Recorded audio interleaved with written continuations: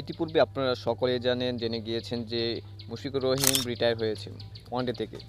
অনেক সমালোচনা হইতেছিল মুশফিকুর রহিমকে নিয়ে, কারণ হচ্ছে বারবার প্রতিটা সিরিজের মধ্যে তিনি ব্যর্থ প্রমাণ হচ্ছিলেন, যার মাধ্যমে সোশ্যাল মিডিয়ার মধ্যে মুশফিকুর রহিমকে নিয়ে বিভিন্ন ধরনের সমালোচনা হচ্ছিল। তার পাশাপাশি ছিল মাহমুদুল্লাহ রিয়াদ।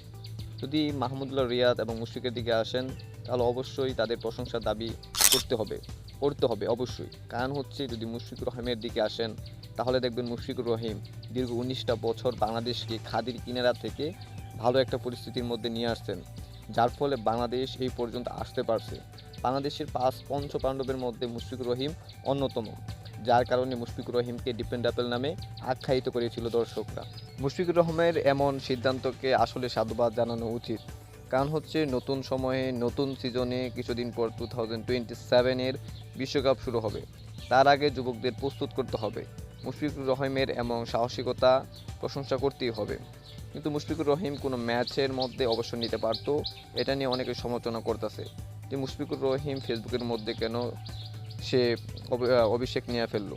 আসলে মুশফিকুর রহিম এমনিতেই শান্তশিষ্ট একজন লোক, যার মাধ্যমে তিনি সমালোচনা হয়তো সহ্য করতে না পেরে তিনি পদত্যাগ করলেন। অন্তত যাই হোক, মুশফিকুর রহিমের এমন কর্মকাণ্ডকে আপনি কিভাবে দেখছেন? আর নতুনদের জন্য জায়গা ছেড়ে দেওয়া অন্তত ভালো একটা কাজ বা দাবিদার রাখছে তিনি। কারণ হচ্ছে যদি নতুনরা সুযোগ না পায়, তাহলে নেক্সট জেনারেশন কীভাবে তৈরি হবে, সেটাই হয়তো মুশফিকুর রহিম চিন্তা ভাবনা করে জায়গাকে ছেড়ে দিয়েছেন ওয়ানডের জন্য। ওয়ানডের মধ্যে মুশফিকুর রহিমের পারফর্ম অন্তত দেখার মতো ছিল এবং বলতে গেলে অসাধারণ।